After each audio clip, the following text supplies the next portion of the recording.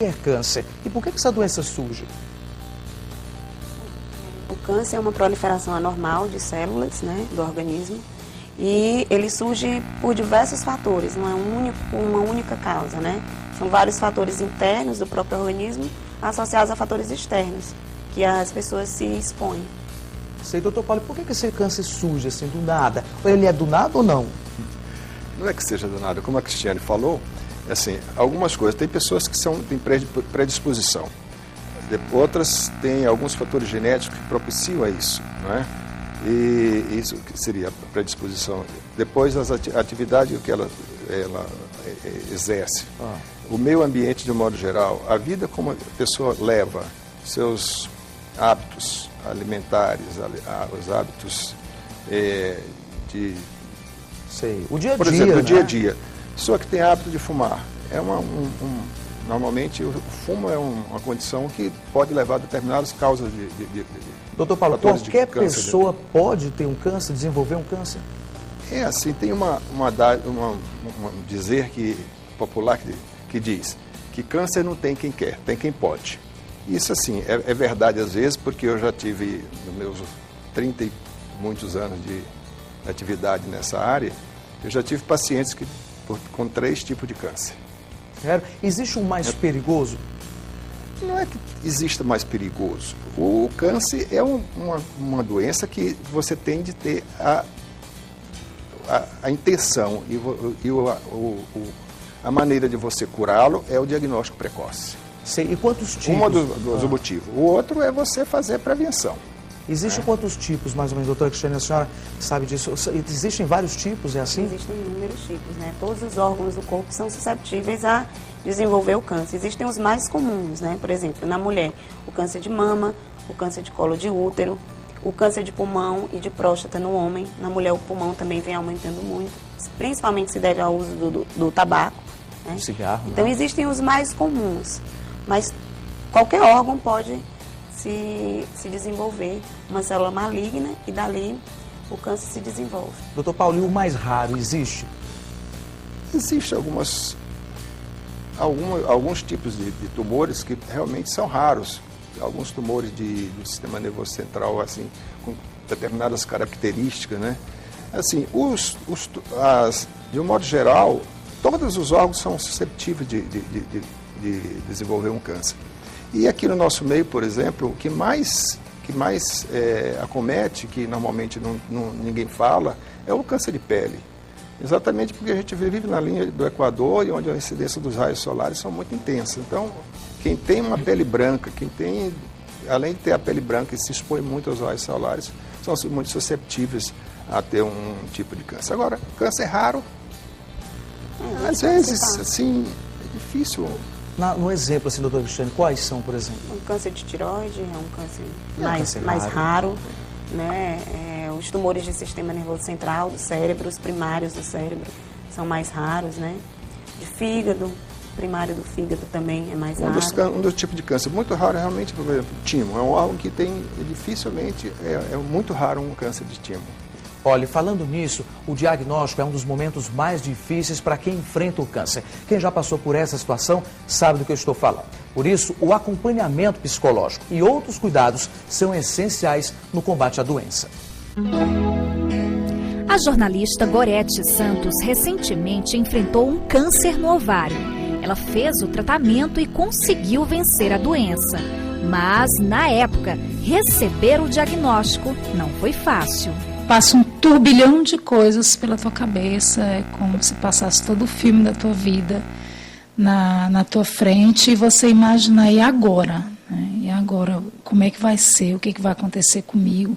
E passa um monte de coisas, eu vou ter pouco tempo de vida, ou eu vou me recuperar, não sei, é muito difícil, muito difícil. Esta psicóloga lembra que o acompanhamento psicológico é essencial para as pessoas que enfrentam um câncer.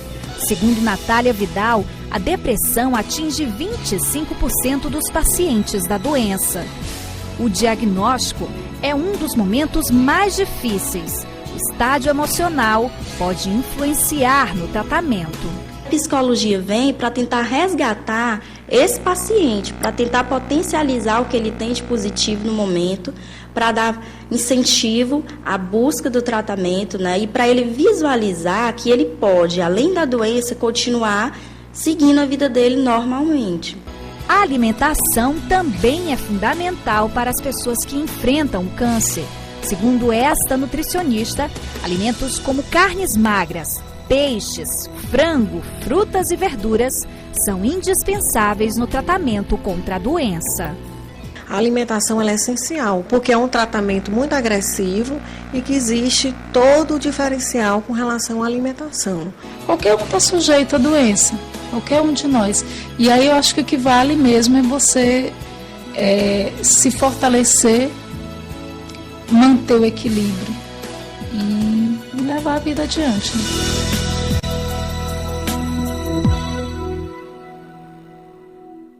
Então, doutores, a gente vê esses exemplos aí na matéria. Qual é o melhor caminho para quem descobre a doença, para começar essa guerra?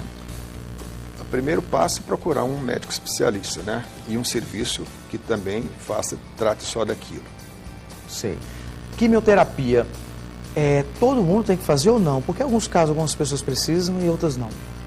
Depende muito do tipo do tumor, né? E da agressividade desse tumor.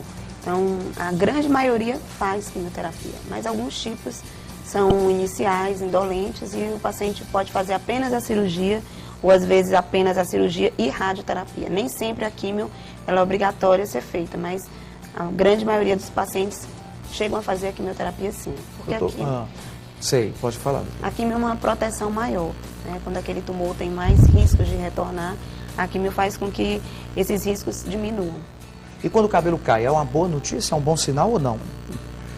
As pessoas falam às muito vezes sobre sim, isso. às vezes não, porque depende, porque tem drogas que você usa que elas não fazem a queda, não dão a queda de cabelo. E outras drogas que são muito alopeciantes, como se diz, que a alopecia é a queda do cabelo. Essas drogas tem umas que são especialmente que tem essa característica de fazer a queda do cabelo. Os pacientes, eles têm um mito, né, de achar que a quimioterapia que não cai o cabelo, ela foi fraca e a que cai foi forte. Na realidade, isso não tem nada a ver. Cada droga tem um mecanismo de ação diferente e dessa forma algumas caem o cabelo e outras não. E isso não tem nada a ver com o efeito da medicação no corpo, né, e com o resultado daquela doença. Então, pacientes podem fazer quimio, não cair o cabelo e ter uma resposta boa, porque naquela medicação já estava previsto que não haveria queda. O mecanismo de ação dela é diferente. Doutores, aqui no Piauí, o que vocês observam? Esses casos, eles vêm aumentando ou não? Vêm diminuindo? Como é que está? De um modo geral, tem aumentado bastante a incidência de câncer, não é só no Piauí, mas no mundo todo, né?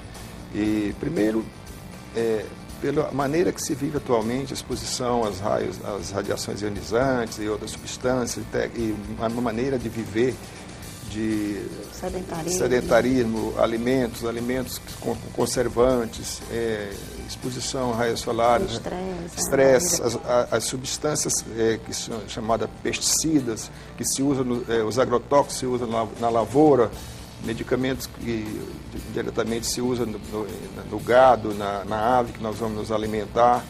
Então, tudo isso,